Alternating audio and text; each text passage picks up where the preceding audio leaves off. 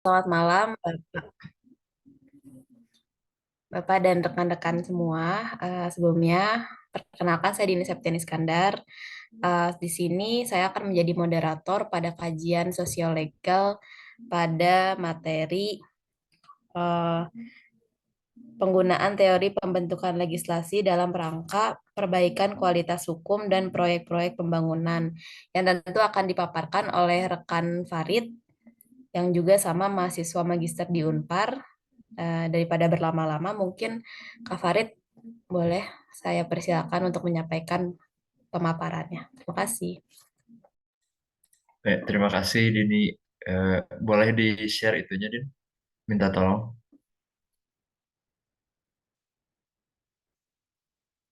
Ya, terima kasih. Selamat malam, Pak Tristam, Theo, Timothy, dan terima kasih Dini udah jadi moderator. Sebetulnya penyaji materi malam ini itu Palestina, Salma, ya. Tapi dia berhalangan hadir karena eh, apa baru tadi neneknya masuk ke rumah sakit didiagnosa kanker stadium 4 katanya. Jadi mengharuskan dia untuk standby di rumah sakit. Gitu. Jadi saya hanya menggantikan di sini hanya menggantikan Alma gitu ya. Eh, Bahasan malam ini itu tentang tulisannya Prof. Otto bersama dengan Stotter dan Unsaid, kalau saya tidak salah bacanya, yaitu mengenai penggunaan teori pembentukan legislasi dalam rangka perbaikan kualitas hukum dan proyek-proyek pembangunan. Eh, ini tulisan yang cukup menarik ternyata, dan mudah-mudahan karena ini pesertanya sedikit, diskusinya bisa lebih jalan gitu. Jadi ada hikmahnya juga sebenarnya sedikit ya. Lanjut Din, ke slide 2. Oke. Jadi tulisan Prof. Otto dimulai dengan statement bahwa Indonesia itu adalah negara berkembang dan di Indonesia legislasi itu sering dibantu oleh konsultan hukum, baik yang dari dalam negeri maupun konsultan hukum asing, khususnya dari negeri-negeri di Barat. Nah, konsultan hukum ini dia perannya itu sebagai apa pemberi nasihat gitu untuk para legislator membentuk produk-produk hukum untuk mendukung proyek-proyek pembangunan di Indonesia dengan mereferensikan ke negara-negara maju di Barat, di tempat asalnya si konsultan hukum ini. Tapi seringkali si konsultan-konsultan hukum itu dia tidak mempertimbangkan faktor-faktor variabel-variabel yang ada di negara berkembang, tapi tidak ada di negara maju. Nah, tulisan ini kalau saya tangkap itu ditujukan sebagai pedoman, sebagai nasihat kepada para konsultan hukum tadi tentang indikator-indikator dan rambu-rambu apa yang harus diperhatikan di Indonesia. Nah, Prof. Otto menurunkan indikator-indikator ini dari teori-teori legislasi. Nanti ada tiga aspek teori legislasi masing-masing dengan sub teori masing-masing. Jadi sebetulnya tulisan ini untuk itu kalau yang saya tangkap. Tapi nanti juga bisa ini ya bisa dipertanyakan sebetulnya bisa tidak teori-teori legislasi itu digunakan untuk pisau analisis produk-produk peraturan perundang-undangan. Lanjut ini.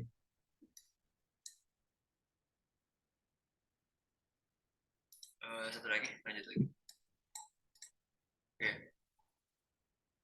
Jadi kalau merujuk kepada tata kelola pemerintahan yang baik, sebetulnya legislasi itu harus berupaya bukan hanya menciptakan kepastian hukum, tapi menciptakan kepastian hukum yang nyata. Ini yang menjadi bahasan di dua pertemuan sebelumnya oleh Dini ya, soal kepastian hukum yang nyata yang menulis juga sama Prof. Otto. Eh, jadi kepastian hukum yang nyata itu punya 5 indikator.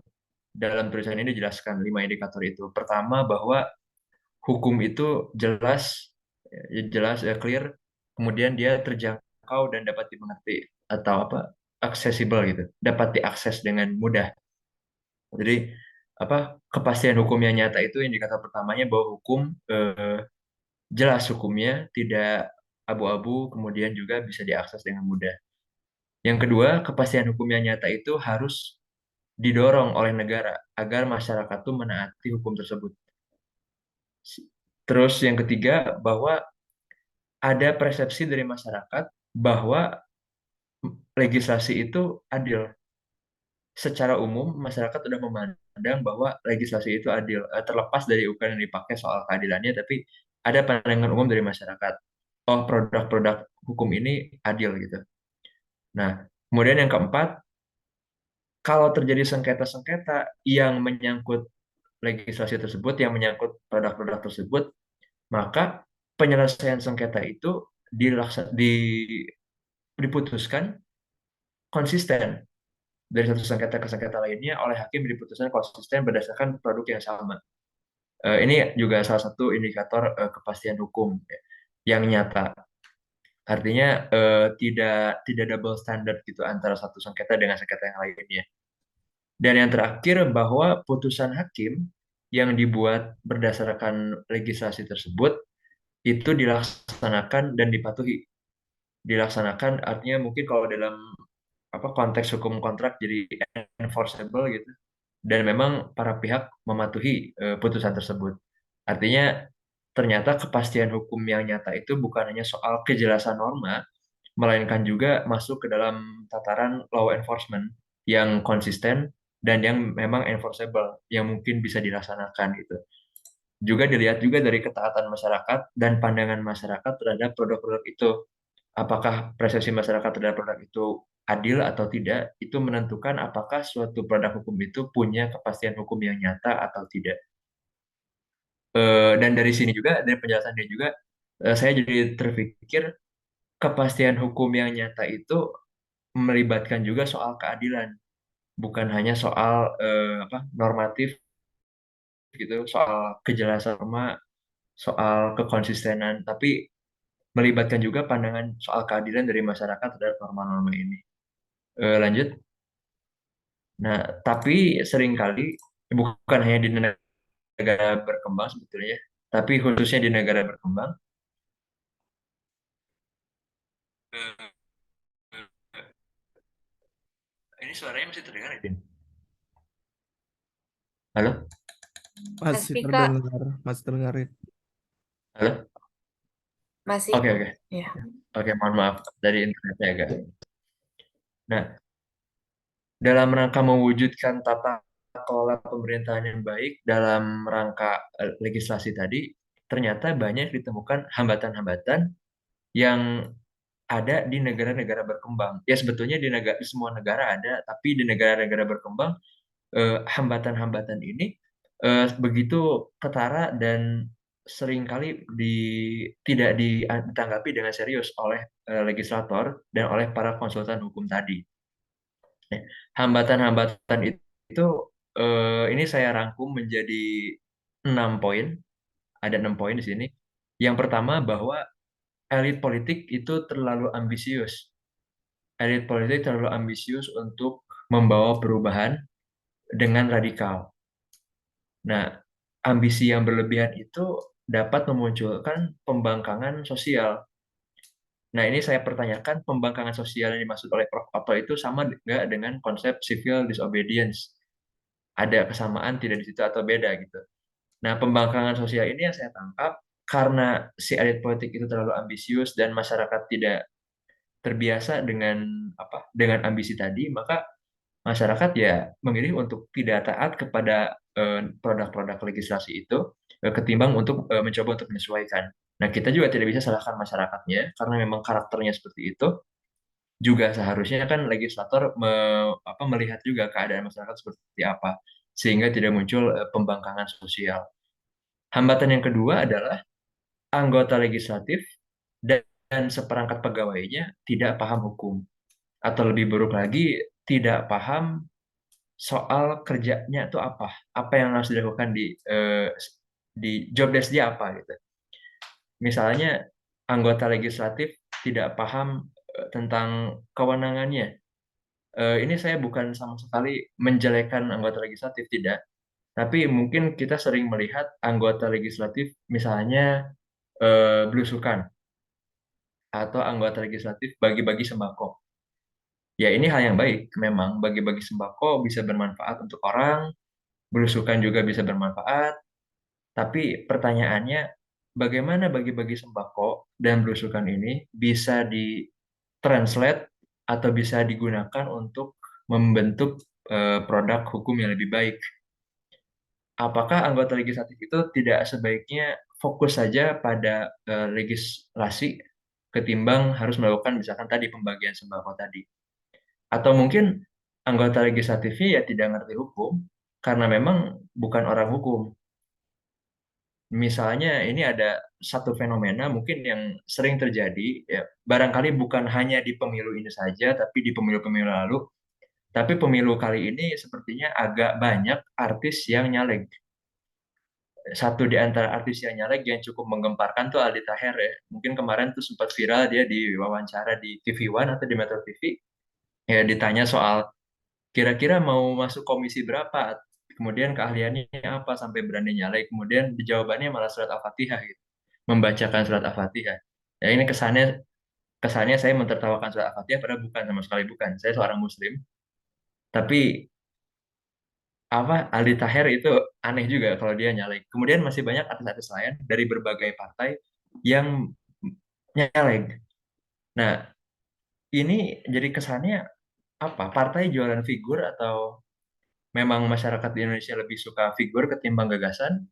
Atau figur itu memang lebih diminta oleh pasar, lebih diminati oleh pasar? Jadi fenomena artis nyalek ini sepertinya semakin mendukung ketidakpahaman hukum, kekurangan kapabilitasnya anggota legislatif di kemudian hari. Kemudian juga ada fenomena pegawai titipan.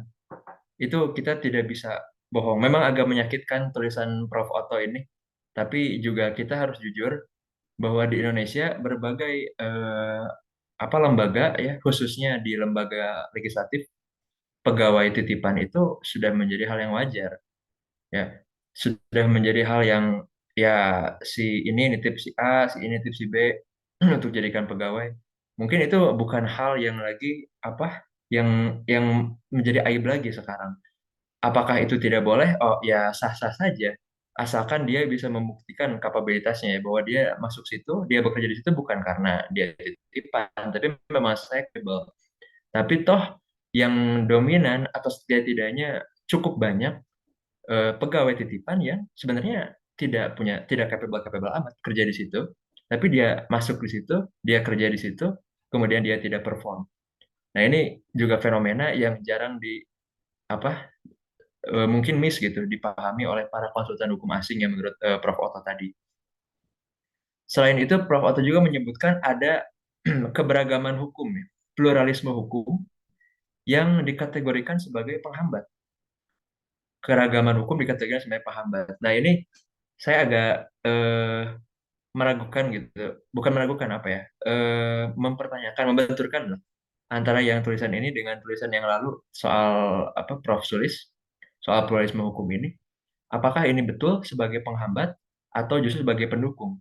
Ya, kalau Prof. Otto mendalikannya karena banyak hukum itu, beragam-ragam hukum itu yang saling bersentuhan, maka agak sulit menciptakan kepastian hukum yang nyata tadi. Ya, kurang lebih begitu argumennya Prof. Otto. Kemudian terlalu banyak, itu salah ketik, terlalu banyak intervensi politik.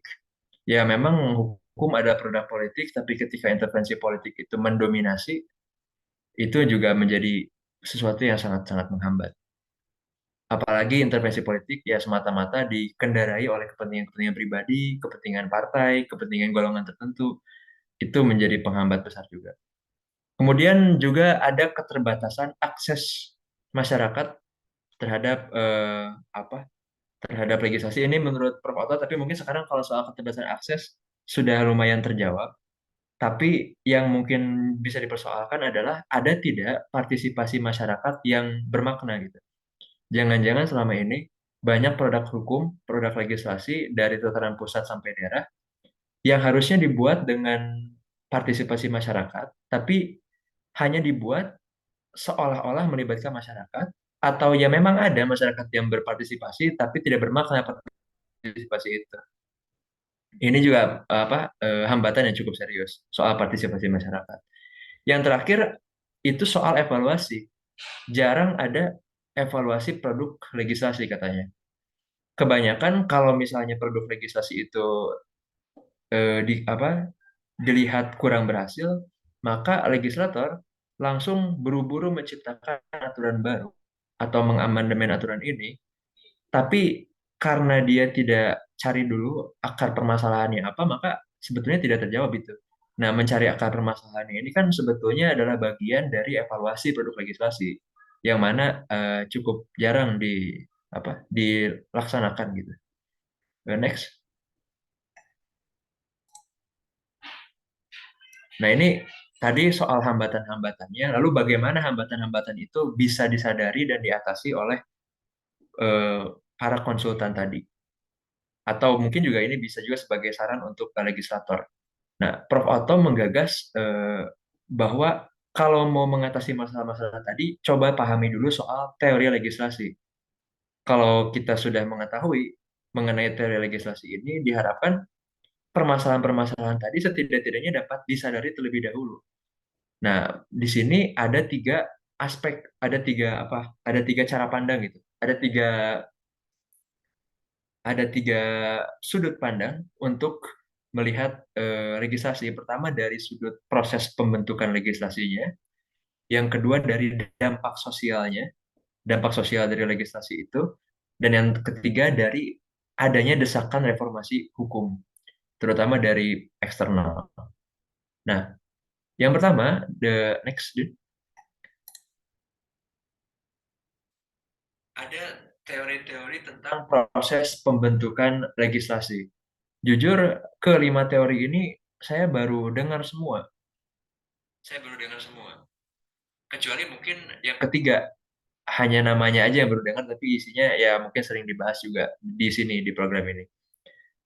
Dari aspek proses pembentukan legislasi, setidak-tidaknya ada 5 teori yang bisa membantu menciptakan kepastian hukum yang nyata. Pertama, ada teori tahapan kebijakan sinoptik. Teori ini menyatakan bahwa pembentukan legislasi itu semata-mata ditujukan untuk mengarahkan masyarakat, ya. Jadi untuk mengarahkan ke arah pembangunan.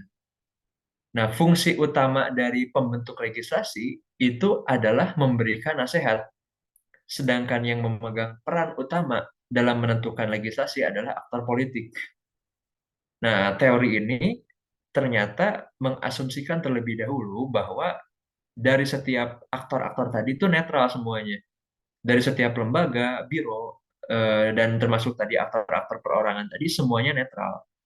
Ya, jadi eh, ada asumsi itu, kemudian eh, teori ini menyatakan bahwa peraturan perundang-undangan misalnya legislasi itu dibentuk untuk mengarahkan masyarakat dengan aktor utamanya adalah politikus. Legislator itu hanya sebagai pemberi nasihat katanya. Din, itu ke close. Maaf Kak, koneksi bentar. Nah, teori yang pertama ini ternyata menimbulkan atau ada fungsinya bagi konsultan untuk memahami ada faktor kunci prosedur pembentukan legislasi, yaitu faktor-faktor kuncinya tadi ada aktor-aktornya, ada apa, ada arahnya tujuan dari legislasi ini. Itu sebagai dasar mungkin bagi si para konsultan ini untuk menyadari faktor-faktor kunci. Kemudian yang kedua, ada teori pembentukan agenda. Teori ini menyatakan bahwa pembentukan legislasi itu dilakukan secara bottom up. Legislasi dilakukan dengan cara melihat pada permasalahan yang dihadapi oleh masyarakat. Kemudian itu diagendakan menjadi legislasi yang baru untuk menjaga permasalahan-permasalahan tadi. Yang ketiga ada teori ideologi elit. Nah, ini yang apa? Bahwa legislasi itu adalah kehendak elit yang tidak melibatkan masyarakat kehendak ini. Biasanya para elit ini punya pakem bahwa legislasi itu harus ditujukan untuk misalnya unifikasi hukum, modernisasi, sekularisasi, liberalisasi. Nah, itu pakem-pakem yang biasanya digunakan para elit ini untuk membentuk legislasi tanpa melibatkan masyarakat.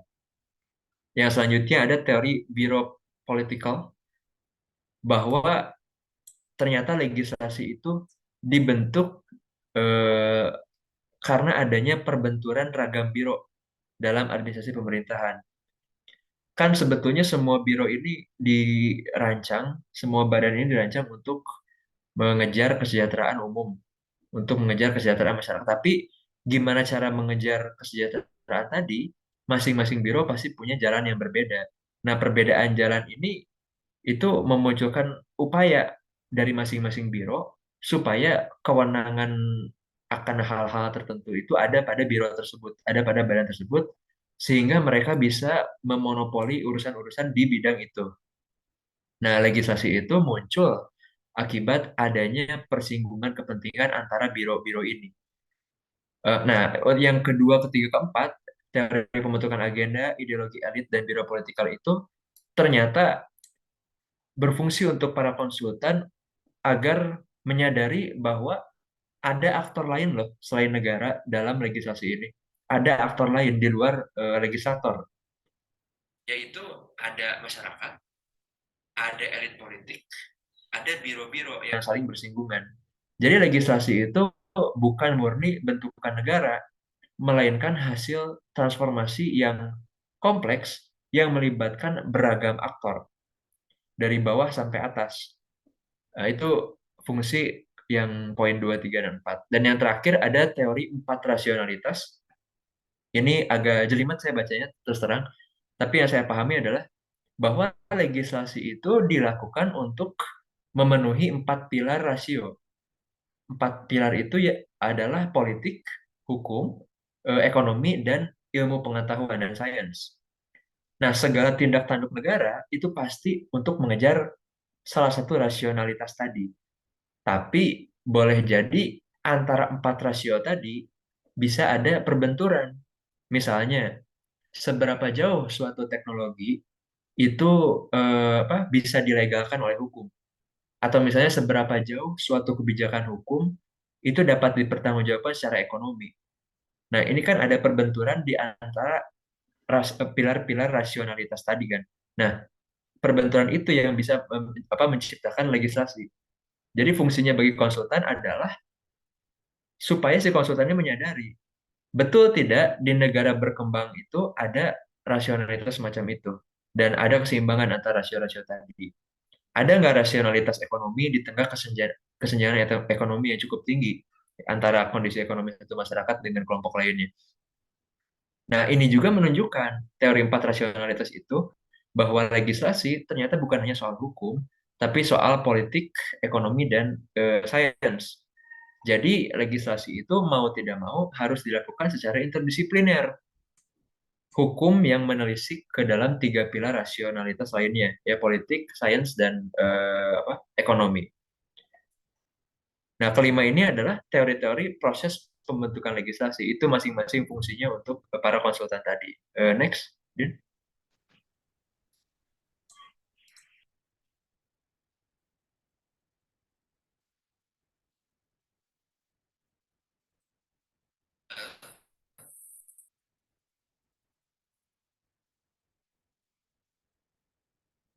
Iya, iya, iya. Cukup, cukup. Kurang enggak. Yang dampak sosial legislasi. Din.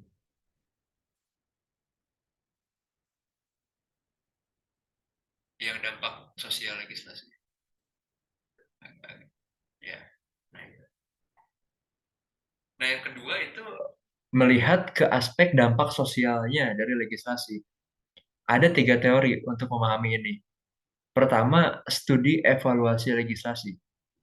Ya, studi ini jadi ini tuh cara cara mengevaluasi terhadap produk legislasi, apakah legislasi itu efektif atau tidak, apakah tujuannya itu betul-betul tercapai atau tidak. Nah, di negara berkembang, perlu disadari ini tuh sering tidak jalan. Bahkan, legislatornya sendiri menghindari evaluasi. Kenapa menghindari evaluasi? Karena barangkali ada hal-hal sensitif yang bisa terbuka kalau evaluasi. Ya, si tadi negara-negara maju tadi, negara-negara barat tadi, kadang tidak paham hal ini, nyangkanya evaluasi di sini dan di sana dan berkembang studi evaluasi kan. Kemudian yang kedua, yaitu studi sosiologis yang luas yang menganalisis efektivitas pada tataran nasional. Ini yang saya tangkap sebetulnya hampir sama dengan yang pertama, tapi evaluasi ini dilakukan pada tataran yang lebih makro. Di sini Prof. Otto menjelaskan ada dua subteori dari studi sosiologis ini. Ada teori legislasi simbolik dan ada teori komunikasi.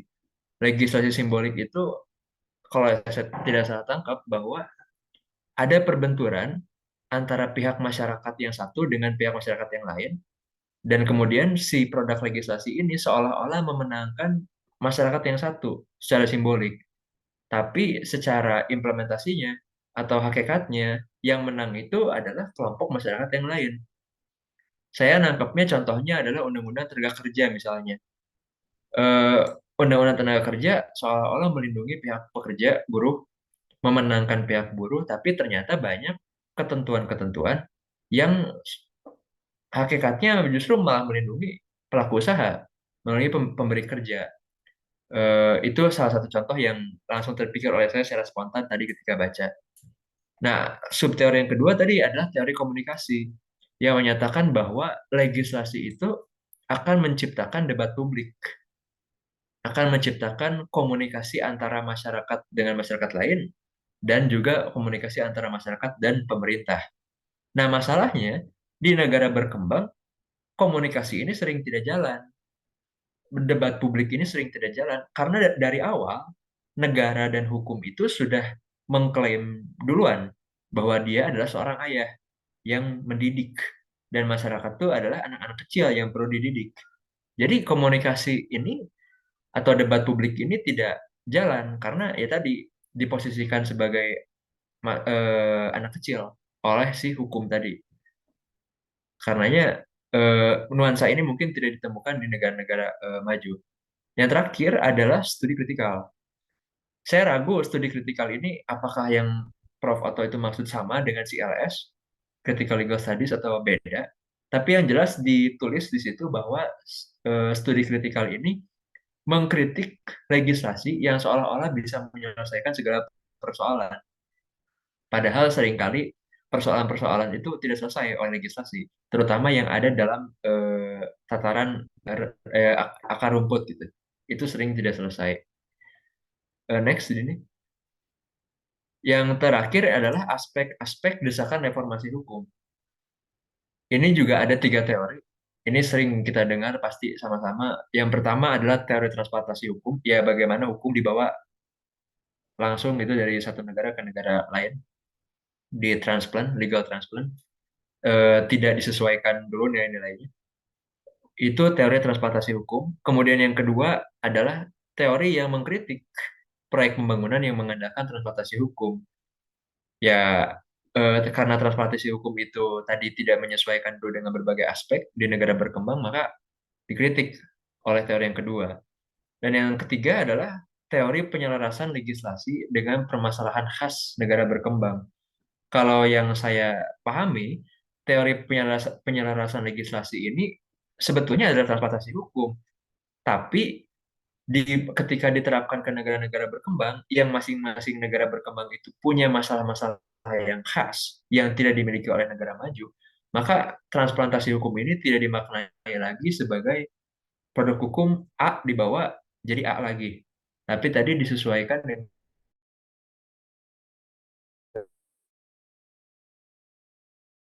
berbagai aspek di negara. Nah, ketiga aspek tadi itu apa yang diharapkan dipahami untuk membantu. Next ini.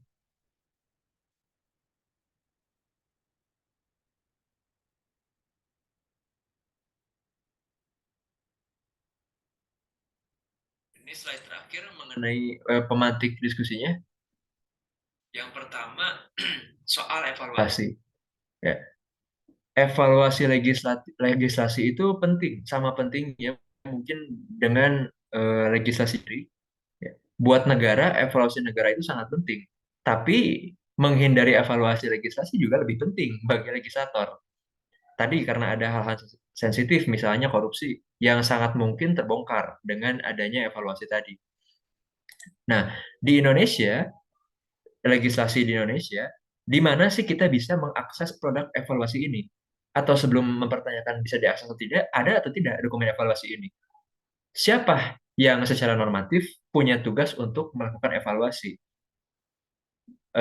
Apakah lebih sering ditemukan riset dari researcher, mahasiswa, dosen yang mengkaji efektivitas hukum, atau lebih sering ditemukan legislator yang melakukan evaluasi itu. Jadi secara normatif siapa sih yang bertugas untuk evaluasi produk legislasi di Indonesia? Yang kedua, kalau Prof. Otto ini menulis untuk konsultan asing, lantas bagaimana peran para konsultan asing ini saat ini di Indonesia? Bagaimana jika konsultan asing ini justru membawa kepentingan terselubung dari negaranya untuk dikendarakan dalam legislasi di negara berkembang?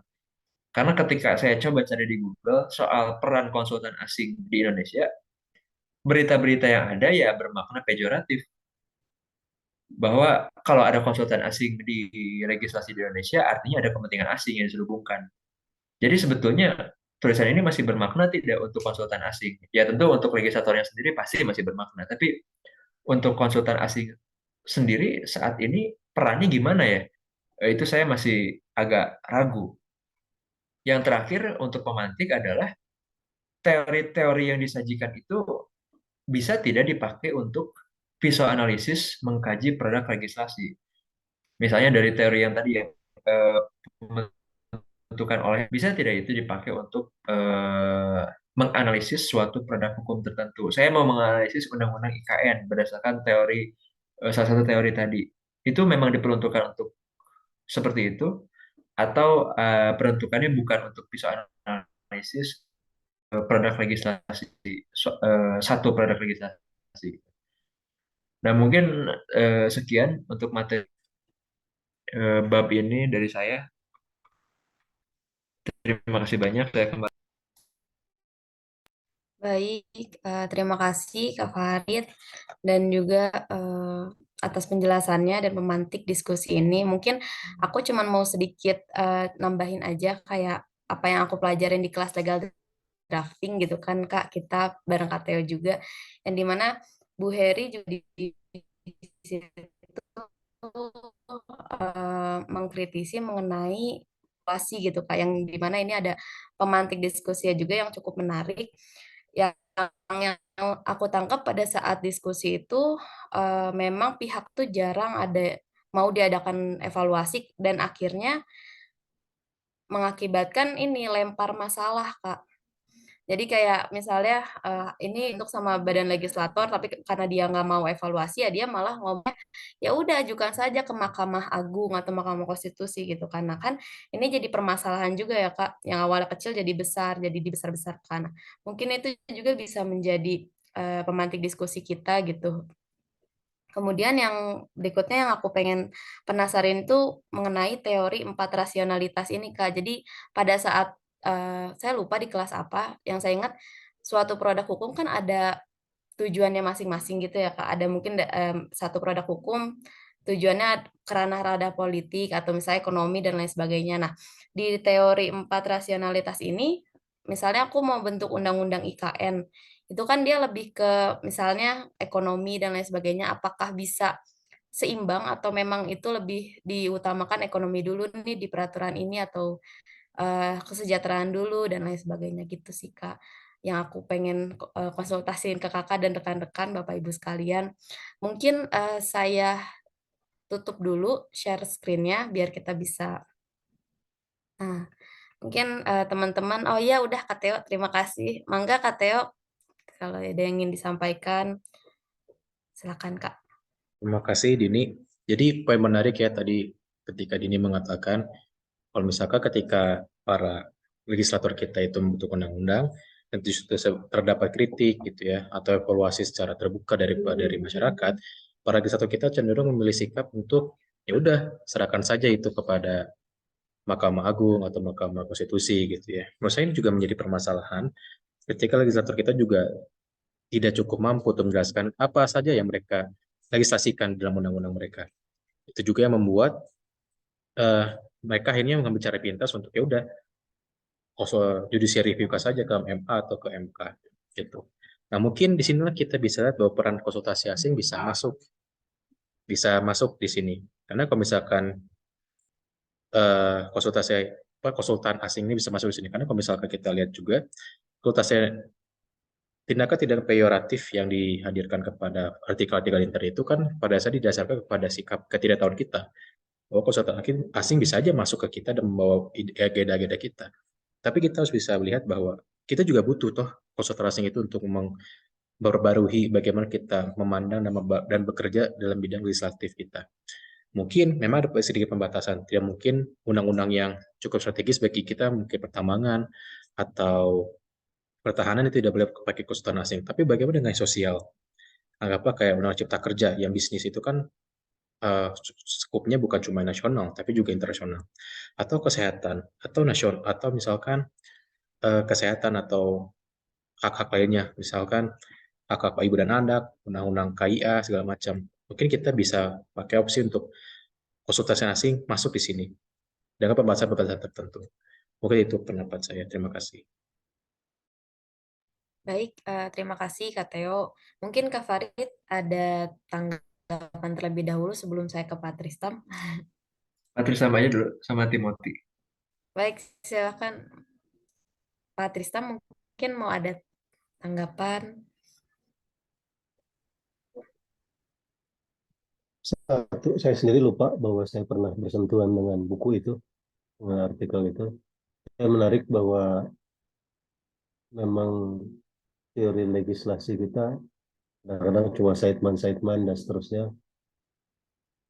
Ini cara pandang yang sebenarnya baru ya, dan jarang disentuh oleh orang Indonesia sendiri. Kalau bikin undang-undang ada evaluasinya, Pak. Dan itu yang nggak kelihatan ya. Yang suka tiba-tiba ganti-ganti aja. Jadi undang-undang diganti, dan digantinya satu-satu ya. Pasal sekian, sehingga nggak ketahuan dan nggak pernah disediakan ini ya, kompilasinya. Kalau Engelbrecht dulu itu kalau ada sisipan kelihatan keutuhannya tetap dijaga, disisipkan. Ya, misalnya Undang-Undang Otonomi Daerah itu terdapat 3 pasal di US. Ya kan kita begitu otonomi daerah ada undang-undang diganti, PP-nya lupa diganti dan seterusnya ya. Jadi sebenarnya proses legislasi kita mengabaikan banyak hal, dan kemudian jangan-jangan kacauan hukum kita itu karena proses legislasi kita nggak beres gitu. Termasuk juga tadi kan ada semangat sekali konsultan asing suruh jadi perancang undang-undang gitu ya. Sementara kan desakan ribut-ribut undang-undang cipta kerja itu, kami kenapa nggak ditanya ya? Kami kenapa nggak ngobrol ya? Kelompok-kelompok masyarakat yang kemudian tidak lagi terlalu percaya pada DPR. Ya, karena DPR kan bawa kepentingannya sendiri ya, atau kepentingan partai politiknya, atau kepentingan titipan, yang LSM tuh nggak tahu. Dan LSM merasa mereka lah wakil rakyat yang sebenarnya gitu. Itu juga karena kalau ditelaah menarik ya. Sayangnya itu mahasiswa magister itu kalau begitu giliran bikin tesis carinya yang aman ya. GCG itu ya. Ya yang receh-receh lah gitu, yang cepat selesai gitu. Jadi sebenarnya begitu baca buku ini kan harusnya tadi kan ngomong pemantik ya, terpantik juga dong gitu, bikin yang serius gitu ya. Begitu tanggapannya sementara. Baik, terima kasih Pak Tristam.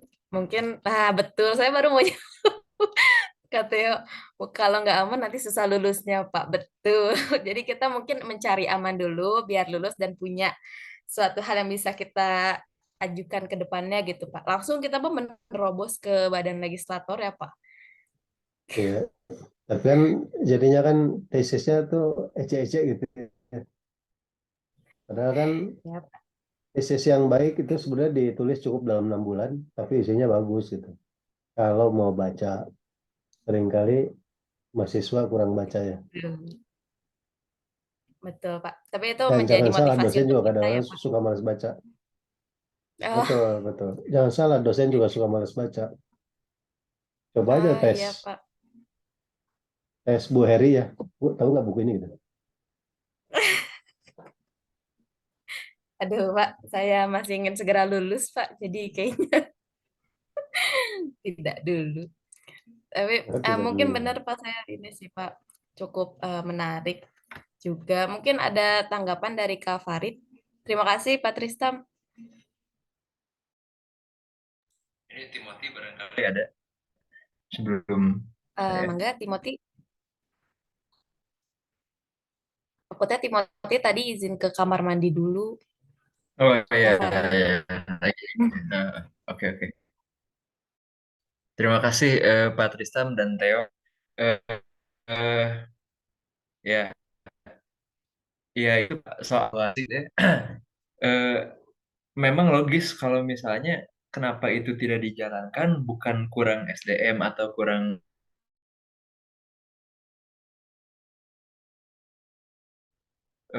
kerja legislasi itu selesai pada ketika undang-undang itu disahkan. Udah selesai gitu. Makanya kan sekarang yang tadi Theo bilang kalau ada apa-apa ya silahkan ke MK gitu atau ke MA. Itu sudah menjadi lepas tangan lah dari DPR atau DPRD gitu. Nah, Tapi kan tugas jadi pengawasan juga DPRD. betul Tugas Pak, betul pengawasan harus kan juga DPRD. Tapi betul. mereka hanya mengawasi anggaran, ya kan? Iya Pak, memang memang ya Pak betul betul Pak. Eh, Itu sama kayak kemudian mahasiswa bikin tesis, tapi nggak mau tahu hasilnya kan?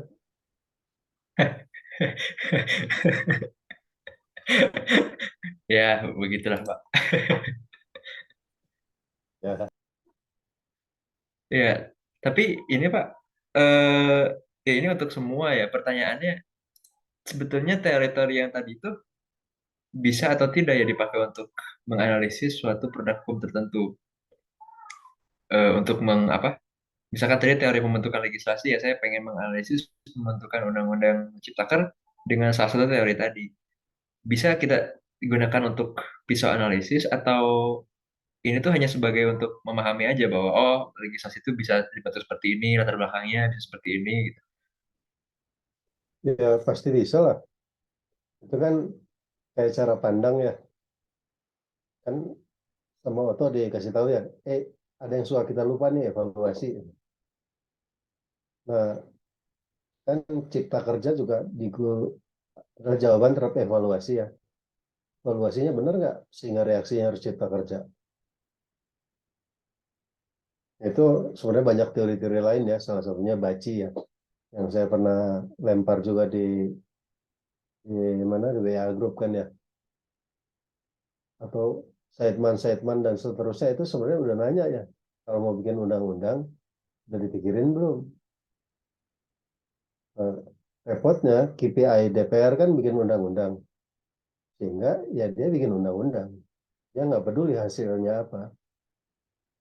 Ini dan menular ke akademisi ya, akademisi dengan mudah bilang kekosongan hukum kita bikin aja yuk gitu. Jadi padahal belum tentu kosong. Misalnya muncul barang baru gitu ya, seperti digital money gitu. Oh, kita harus bikin undang-undang baru. Kemudian muncul lagi sesuatu yang lain, bikin undang-undang baru. Tidak pernah dievaluasi benar, betul nggak kita perlu undang-undang. Oh, RKUHP ya, betul nggak sih kita perlu ganti RKUHP? Sebenarnya kalau pengadilan kita jalannya beres, case law-nya terbangun, perubahan RKUHP itu terjadinya pelan-pelan lewat case law. Dan ini kan pokoknya kita mau bikin mobil nasional gitu ya. Kita mau bikin hukum pidana nasional kita ganti, tapi ternyata assembling juga kan. Ini tahapan evaluasi dengan segala macam rasionalitasnya itu yang kadang-kadang dilupakan ya.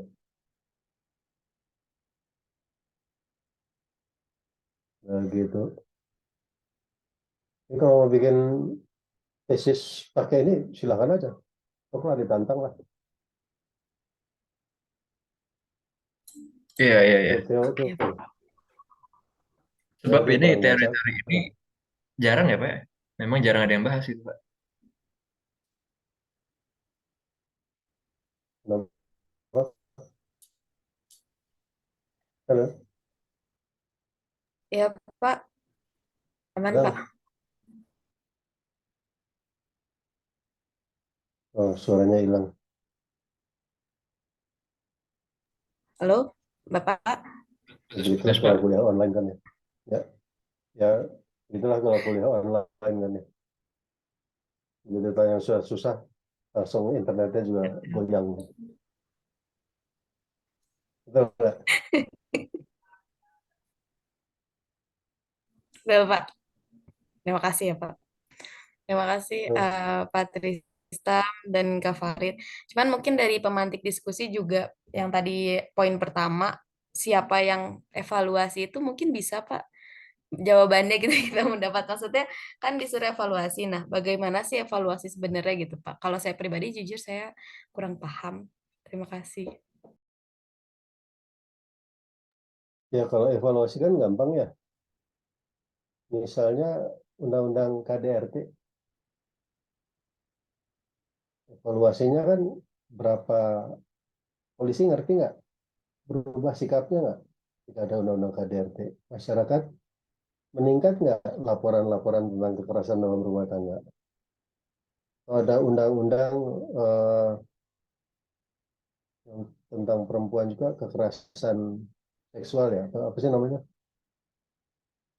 Dampaknya ke masyarakat apa? Berubah nggak? Kalau nggak berubah, berarti ada sesuatu yang salah ya. Sebagai pesan dari negara, nggak nyampe nih sama rakyat. Lebih perlawanan diam-diam ya.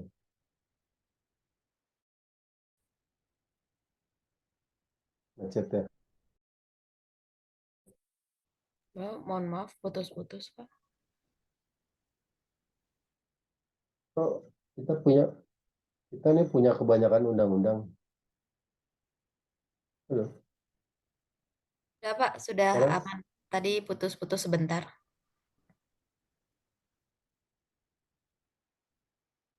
kita kan punya banyak sekali undang-undang ya. Kita pilih aja satu. Jalan nggak sih di masyarakat? Kalau nggak jalan, kenapa nih? Kan kerja sosiologi hukum ya. Misalnya dulu cita-cita 174 kan monogami ya. Begitu terjadi perubahan politik kan poligami jadi biasa lagi ya. Apalagi dulu pernah punya wakil presiden yang istrinya 4 kan.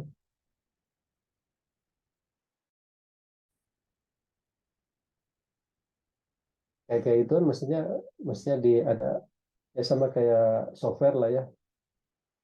Setiap tahun tuh itu ada yang ngopenin kan ya. PT-nya masih cocok nggak? Betul nggak satu pasal itu menjawab masalah di masyarakat dan seterusnya. Itu sebenarnya harusnya juga salah satu kerjaannya legislator ya.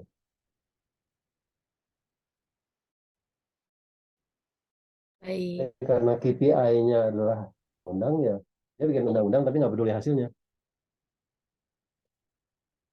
gitu ya. Sama kayak pabrik bikin mainan nggak peduli mutu kan ya, begitu. Baik, terima kasih Pak Tristam. Jadi sebenarnya mungkin seharusnya ketika ada demo atau ya ketidaksesuaian dari hasil produknya, harusnya pihak legislatornya tuh ya, menurunkan egonya untuk ya mereka tuh evaluasi gitu ya Pak, bukan lempar-lempar ke pihak-pihak lain gitu mungkin. Betul, tapi kan itu sama kayak pengadilan negeri, bikin putusan, orangnya nggak puas ya. Di pengadilan negeri juga nggak ada evaluasi. Kalau nggak puas banding aja deh. Jadi yang kalau punya duit punya waktu banding banding aja. Nggak puas mah terserah deh gitu. Internal pun nggak ada evaluasi kan ya.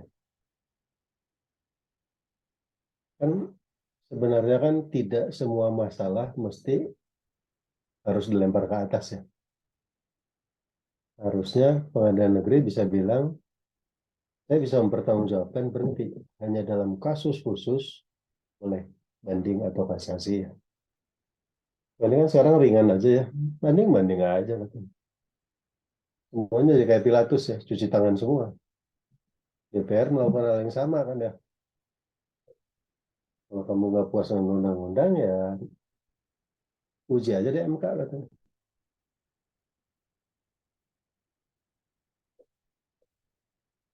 Dan putusan MK berlaku nggak? Ya kemudian masih bingung ya, nggak ada teorinya kan ya, bahwa implementasi itu harus peduli pada MK.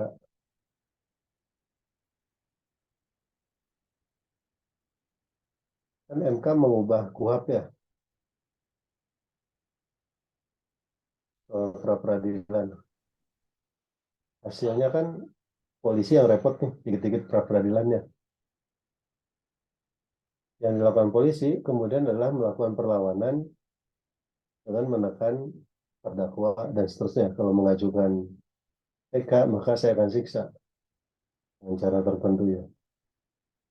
Atau kerjasama dengan jaksa atau kerjasama dengan pengadilan. Kayak orang yang mengajukan peradilan ya akan dihukum gitu. Itu dievaluasi nggak sih gitu sama DPR ketika ada putusan MK yang seperti ini. So, dengan gagah juga kan MK bilang hutan adat bukan hutan negara. Tapi kan dia nggak kasih beres ya. Ya silakan aja Kementerian Dalam Negeri yang panik, hutanan yang bingung gitu ya. Pertanahan yang ini gimana ya? Main hutan adat dilepas dari hutan negara. Begitu. Baik, terima kasih Pak Tristam. Cukup menarik juga ya Pak membahas mengenai evaluasi ini. Mungkin Kak Farid tadi ada raise hand. Mangga Kak Farid. Eh, ya, betul. Saya sangat setuju dengan Pak Tristan. Kalau mau apa evaluasi kan gampang.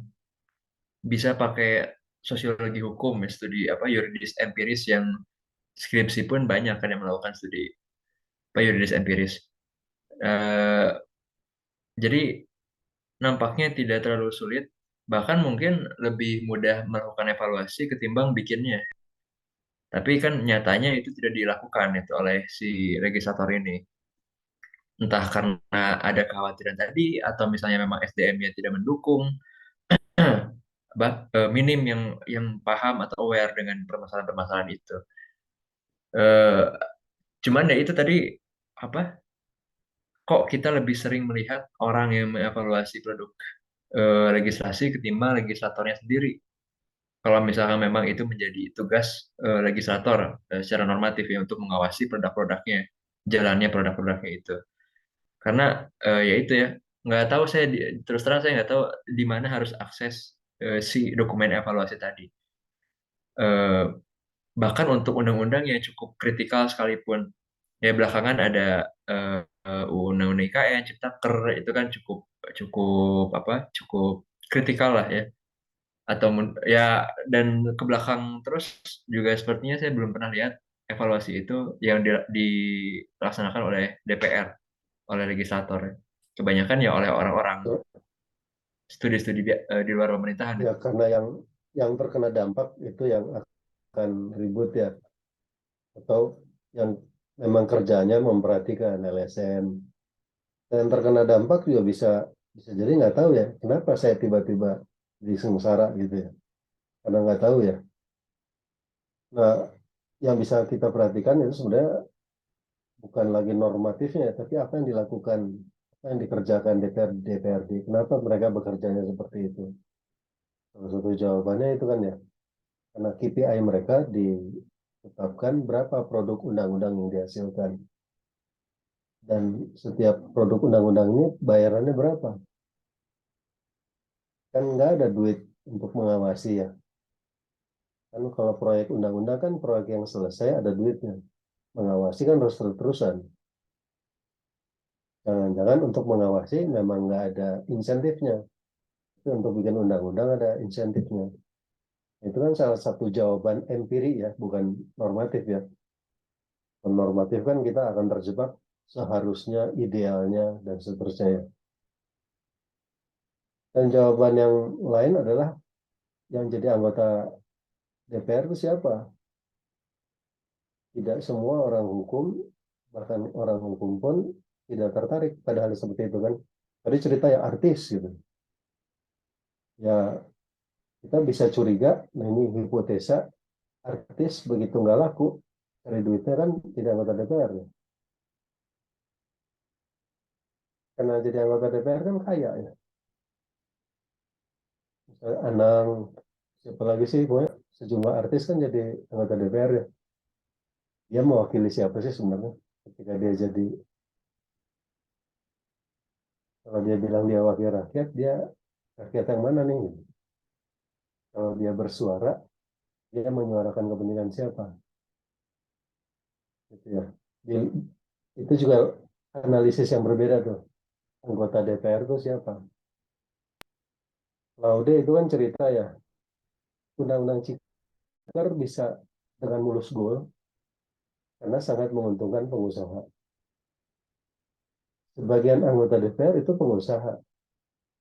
Maka ketika undang-undang Cipta Kerja muncul dengan semangat, mari hapus sekian banyak izin, mari cuci apa yang dulu ilegal jadi legal, ya pengusaha seneng dong. Dan pengusaha terwakili di DPR. Maka undang-undang Ciker itu mulus ya.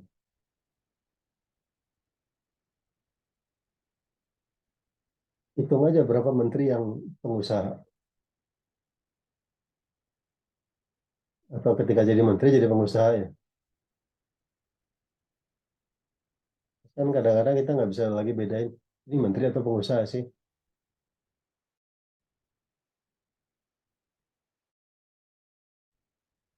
Begitu dia pengusaha ya dia berkepentingan sama undang-undang Ciker kan. Itu ya apa mata yang dititipkan oleh kajian sosiolegal ini kan ya. Begitu. Baik, terima kasih. Tapi jangan Terjawab Pak, cukup. saya jadi kuliah lagi nih. Ini ada satu topik agak keluar sedikit dari konteks pembahasan, tapi masih bahas soal legislasi. Saya tuh lagi coba tulis artikel apa jurnal gitu dengan salah satu kawan soal ini Pak, soal pendidikan politik. Awalnya tuh kita mempertanyakan kan partai politik salah satu fungsinya adalah melaksanakan pendidikan politik baik secara internal untuk kaderisasi maupun juga eksternal untuk masyarakat luas.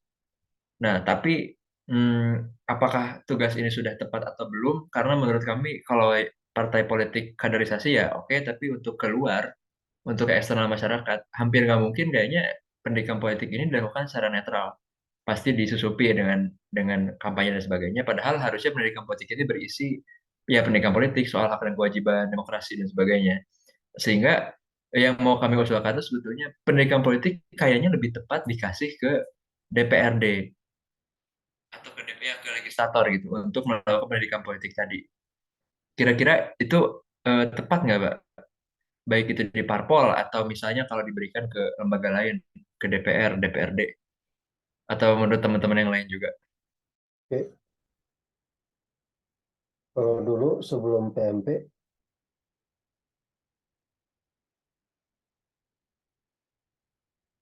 sebelum sebelum ada PMP kan ada ya pendidikan kewarganegaraan.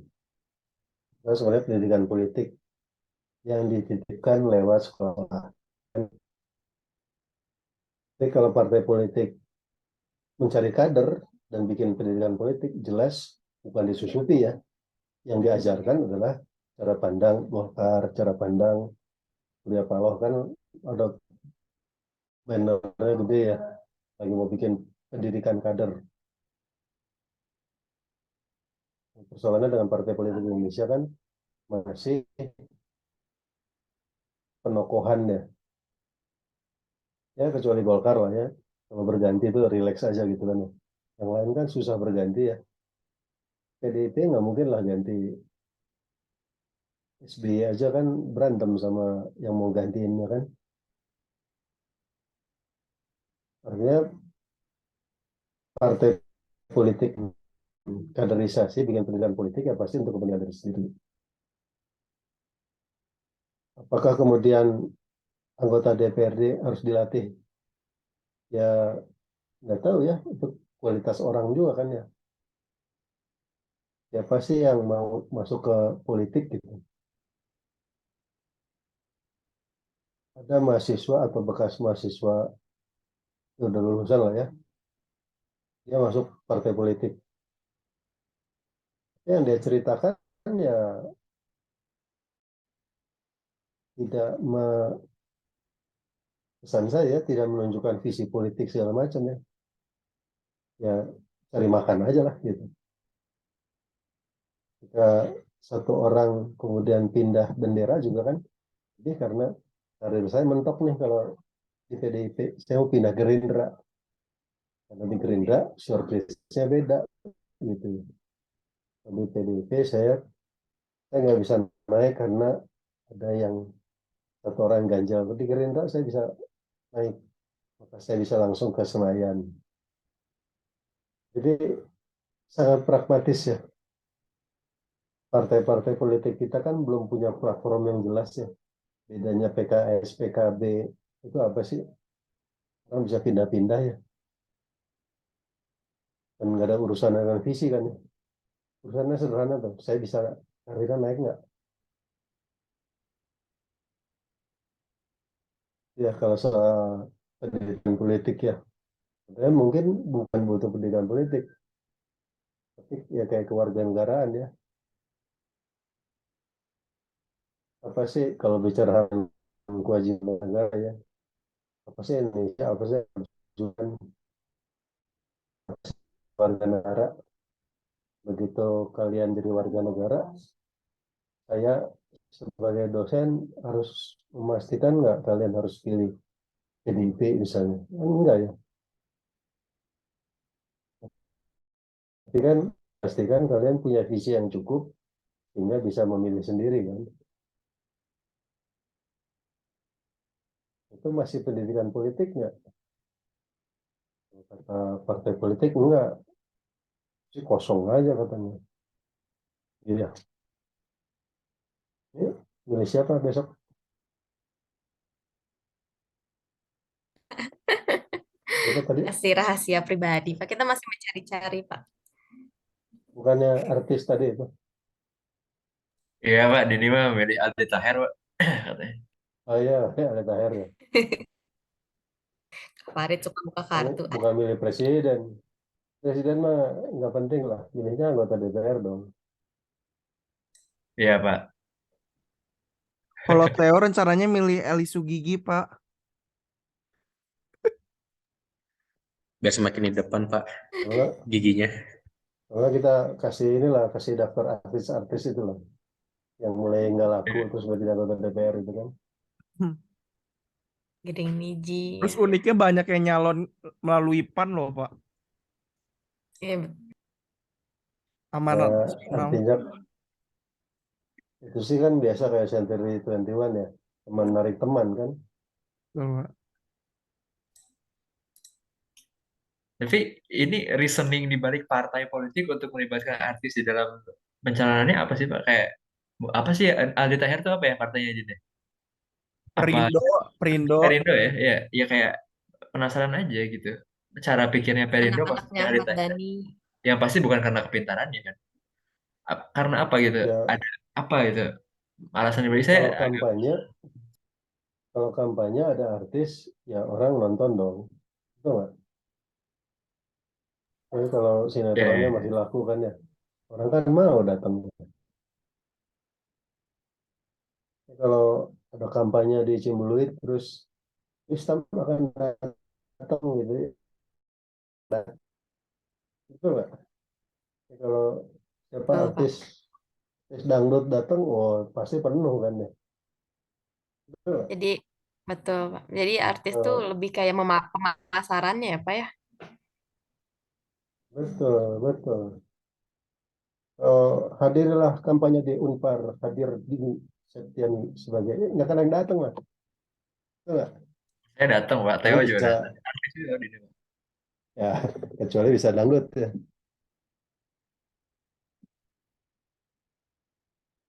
Ya Betul, kan? Pak. Baik.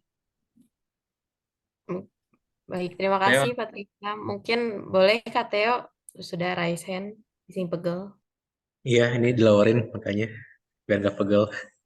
Jadi menarik ya tadi Farid mengatakan kenapa sih banyak artis-artis yang suka jadi partai apa masuk ke partai terus nyalon jadi anggota dewan gitu. Jadi memang setuju banget dengan kata Pak Tristam kalau mereka pasti akan sering tampil di TV dan mereka juga pasti akan sering tereksposure sama masyarakat dan itulah yang kalau kata Farid tadi di ininya jualan figur. Cuma kalau figur ini bukan figur tentang gimana mereka presentasi politiknya, tapi figur mereka sering tampil di TV dan juga dimanfaatkan oleh partai gitu ya. Karena mungkin juga partai mereka juga bersikap pragmatis ya. Misalkan dengan menghadirkan artis itu dapat mendongkrak suara partai dan mendapatkan banyak elektabilitas di kursi nasional, itu kan menguntungkan buat partai di pemilu selanjutnya. Itu juga yang membuat para artis ini jadi laku tiap tahun, tiap pemilu-pemilunya. Dan ini juga didukung dengan pendidikan politik kita yang kayaknya masyarakat juga ya oke lah gitu. Menganggap politik itu hanya sekedar Dewan Perwakilan Rakyat datang ke mana ke ruang Nusantara gitu ya ke DPR rapat-rapat selesai dapat uang gitu kan. Jadi masyarakat juga nggak berpikir bahwa memilih para calon anggota mereka atau memilih para wakil mereka di DPR itu merupakan hal yang penting. Mereka menganggap yang penting itu adalah presiden. Padahal betul kata presiden. Justru yang paling penting itu ternyata adalah kita memilih memilih legislator kita, memilih para dewan kita atau mewakili suara kita. Ya presiden juga penting. Cuma kan kalau misalkan dipikir-pikir ya betul juga. Mungkin lebih penting para dewan ini karena mereka kan yang menentukan. Mereka seolah suara kita gitu. Undang-undang Ciptaker bisa lolos gara-gara mereka yang menentukan. Terus undang-undang hal-hal lainnya yang kesannya memang nggak sesuai dengan proses tapi diloloskan karena atas nama mereka wakil kita. Jadi kenapa itu juga yang mengakibatkan bahwa partai politik masih laku dan masih mau untuk menggait para artis ini gitu. Kasih. Baik, terima kasih Kak Teo. Mungkin memang ya berarti ada sub-sub masyarakatnya juga yang harus di ini ya, yang harus dikembangkan baik kerangka pikirnya dan lain sebagainya. Cuman ya mungkin ada tanggapan dari Kak Farid, Timothy atau Pak Tristam. atau saya mau Mangga. bertanya aja deh, yang tadi di PowerPoint saya ada satu pertanyaan kan soal pluralisme hukum sebagai penghambat apa? Penghambat legislasi dalam mencapai kepastian hukum yang nyata. Ini kan disebutkan juga dalam tulisannya eh, Prof. Otto ini. Menurut Patrisa, menurut Theo, Dini, Timothy, itu gimana ya pluralisme hukum menghambat itu, karena kan kalau pluralisme hukum udah satu kenyataan ya, ya udah kita hadapi aja soal itu kan, dan bukan hanya untuk saat ini di era globalisasi ini, bukan hanya Indonesia yang mengalami pluralisme hukum, yang mengalami interaksi berbagai ragam hukum, tapi di semua negara juga saya kira mengalami hal itu karena ya tadi globalisasi itu terutama. Ada ini nggak, ada tanggapan nggak dari Patrisam dan teman-teman? Terima kasih Kak Farid. Mungkin Kak Teo, Timothy atau Pak Tristam. Mangga Pak Tristam sudah on mic. Oh, ya pluralisme hukum satu yang jelas di Indonesia muncul kan hukum Islam dan hukum negara ya. Maka ada perbankan Islam, kemudian ada pengadilan agama Islam. Pengadilan agamanya kan kompetensinya berubah ya. Kan jadi kalau kita bikin undang-undang maka lalu harus kita pikirkan ya, ini hanya untuk umat Islam atau juga untuk semua. Maka setiap undang-undang pakai pesanannya. Ini hanya untuk, bukan untuk ini. Itu kan padahal semangat legislasi adalah satu negara, satu legislasi. Betul nggak semangatnya negara ya? Begitu bikin hukum perkawinan kan maunya satu hukum ya, 174 itu kan PP sekian. Ya kan kemudian di bawahnya tuh ada hukum Islam, ada hukum non-Islam, ada ciptaan sipil, ada KUA. Itu kan menyulitkan ya. Yang ketika bikin KTP-nya juga dipisah-pisah ya, KTP untuk Islam, harus ada kolom Islam. Nanti di keberagaman itu membuat susah untuk membuat satu patokan yang jelas ya, yang berlaku untuk semua. Kalau ada patokan pun jadi sangat umum ya. Semua orang harus berbuat baik gitu. Ya nggak usah bikin undang-undang ya, kalau isinya begitu ya. Amar ma'ruf nahi mungkar gitu ya. Kan apa yang berbuat baik itu seperti apa sih? Berbuat jahat itu seperti apa sih? Kalau masyarakatnya beragam, maka ukuran itu pun berubah-ubah ya. Nah, tiba-tiba ide unifikasi adalah ambisius gitu. Ya nggak ambisius kalau mau bikin negara, mau nggak mau memperlakukan warga negara berdasarkan pasal 27 ya. Setiap orang sama di hadapan hukum dan pemerintahan. Ya nggak bisa bikin aturan kalau untuk perempuan seperti ini, aturannya seperti ini. Jadi kalau perempuannya beda lagi, aturannya berbeda lagi. Itu akan menyulitkan legislasi ya. Jangan lupa pada tingkat hukum nasional, aturan itu semakin lama semakin abstrak dan semakin umum. Nggak bisa mempertimbangkan keberagaman yang luar biasa. Itu sebenarnya pengertian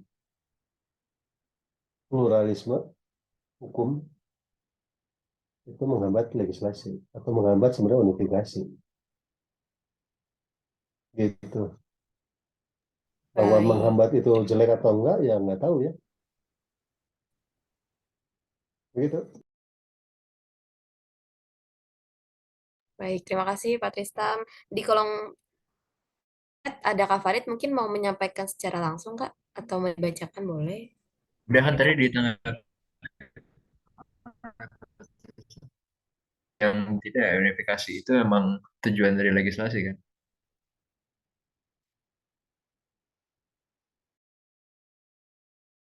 Baik, terima kasih Kak Farid. Mungkin Kak Theo ada tanggapan atau Timothy ada tanggapan? Mungkin saya ada tanggapan sedikit ya, Mbak Dini. Apakah Akan. oh iya, apakah pluralisme ini akan menghambat kepastian hukum gitu ya? Mungkin itu poin besarnya yang saya tangkap tadi pertanyaannya.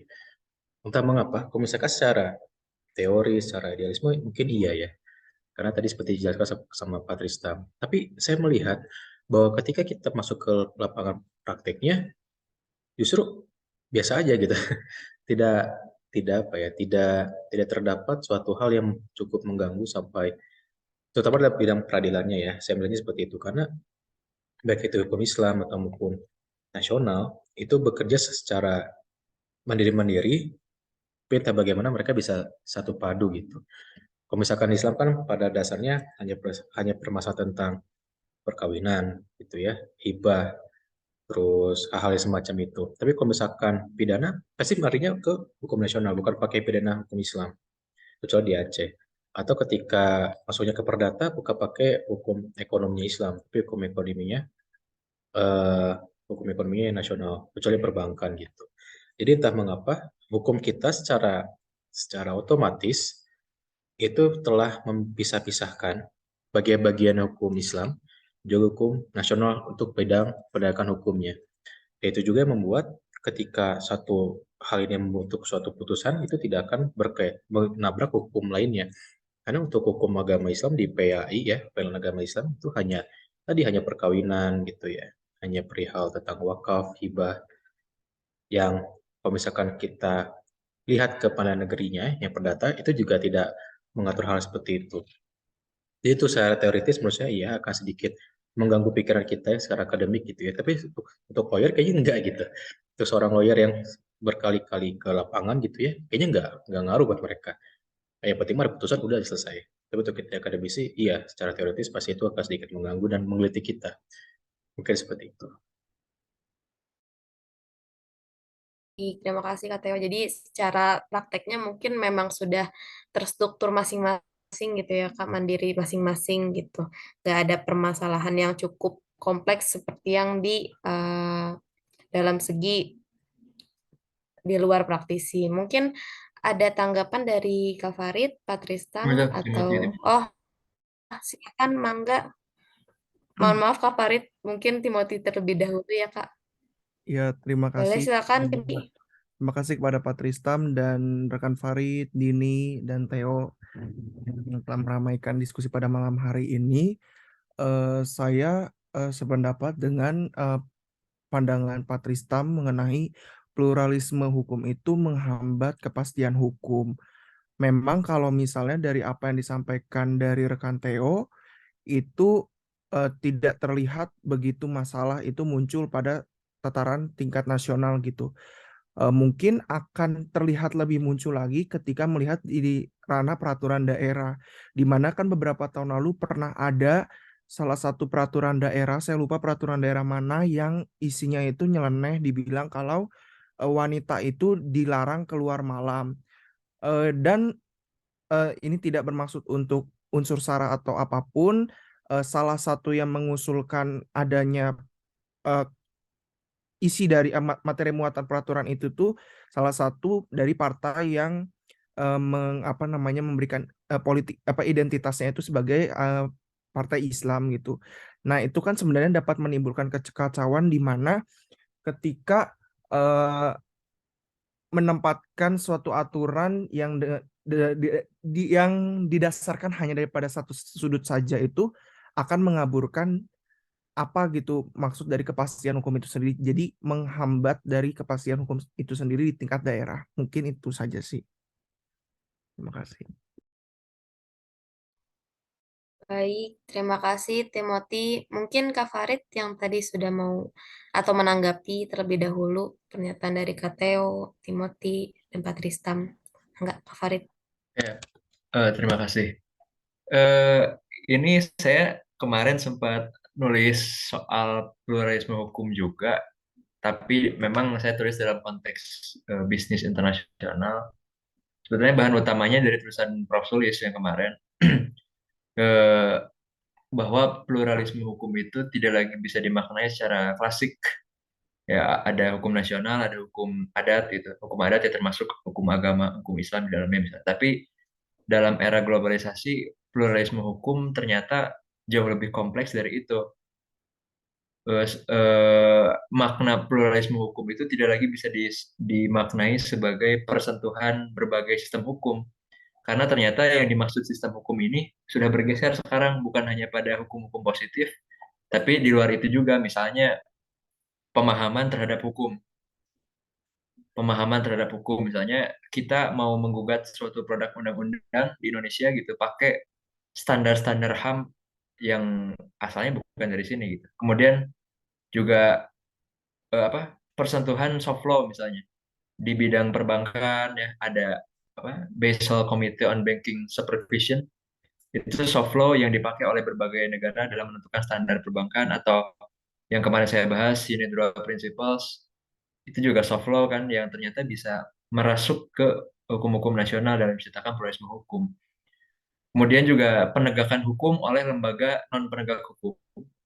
Misalnya Google itu dia mengenforce apa right to be forgotten law untuk memproses laporan-laporan tentang permintaan penghapusan data pribadi dari internet gitu ya.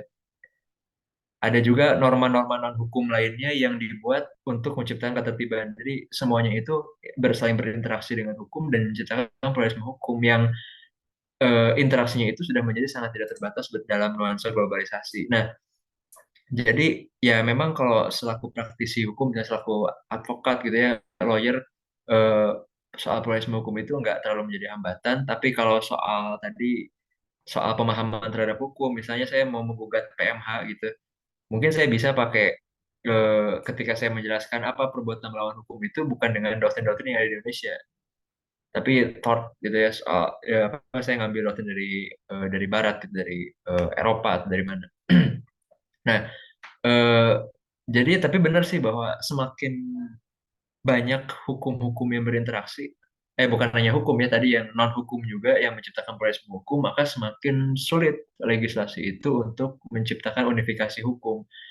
Tapi apakah unifikasi hukum itu baik atau tidak itu perbincangan yang lain. Tapi bahwa itu menghambat, iya ya sepertinya gitu ya saya simpulkan. Baik, terima kasih Kak Farid atas penyampaiannya. Mungkin ada tanggapan dari Kak Theo, Pak Tristam. Mungkin Pak Tristam ingin menanggapi.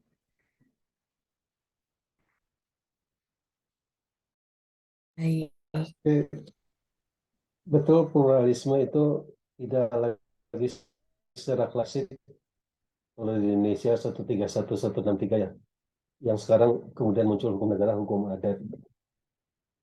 Tapi dalam dunia modern ya hukum negara itu muncul berbarengan dengan hukum kelompok-kelompok masyarakat yang berbeda-beda.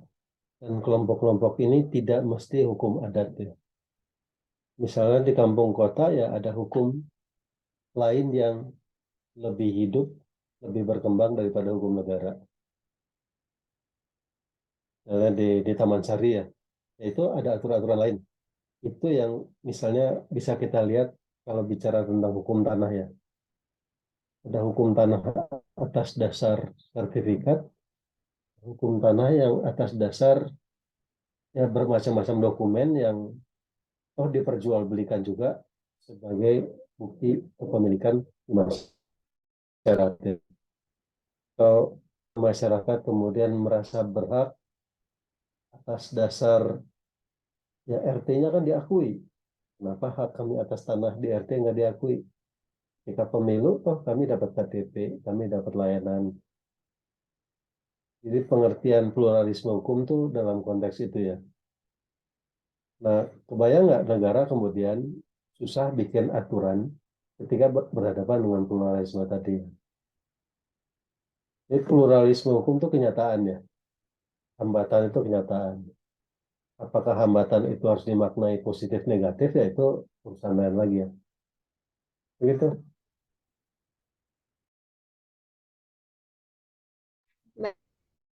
Baik, terima kasih Pak Tristam. Mungkin rekan-rekan Kak Theo, Kak Timothy, ada yang ingin menanggapi?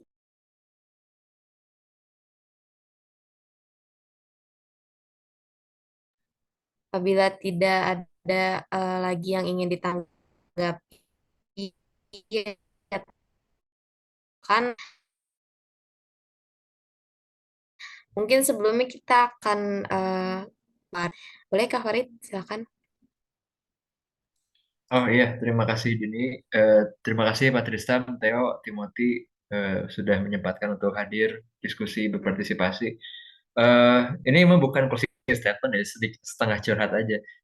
Walaupun cuma sedikit gitu, saya ya ini rekor yang paling sedikit. Sebelumnya yang paling sedikit itu saya masih ingat 7 orang itu waktu bahas buku Raz, 7 orang itu. Eh, tapi ini apa? Hanya hanya ini ya, hanya sedikit curhat soal mungkin lebih baik lagi kalau program ini tuh bisa menghasilkan sesuatu, entah itu apa, jurnal atau apa. Seperti tadi, makanya saya tanyakan juga soal teori-teori ini bisa tidak dipakai untuk menganalisis suatu produk hukum tertentu, dan ternyata kalau bisa, mudah-mudahan itu bisa menginspirasi teman-teman untuk menulis. Mari menulis siapa. Eh, itu aja, Dini, dari saya. Bukan closing statement sih, lebih ke ya tadi ya, setengah curhat, setengah closing gitu. Terima kasih banyak, mohon maaf kalau ada kesalahan. Selamat malam. Ya, ini sebentar ya, semangatnya dari Pak Sidarta kan tadi kita baca buku sama-sama ya. Jadi kalau sendirian kan malas. Kalau ini kan minimal saya pun diingatkan lagi bahwa ada buku kalian berdua berkenalan, tiba-tiba ingat, oh di kelas ini nggak diajarin, mungkin menarik nih. Jadi itu apa manfaat langsung yang bisa dirasakannya. Kita baca buku bareng-bareng, kita nggak sendirian ngebahas ini, dan kalaupun belum baca, setidak-tidaknya jadi penasaran ya. Mungkin juga ini juga sebenarnya baru lihat nih, kan nggak tahu ya. Kalau nggak jadi penasaran kan, oh, yang tadi dia omongin benar nggak sih? Orang itu ngomong, jangan so tahu juga gitu ya. Itu itu manfaat langsung ya. Nah kemudian harapan berikutnya adalah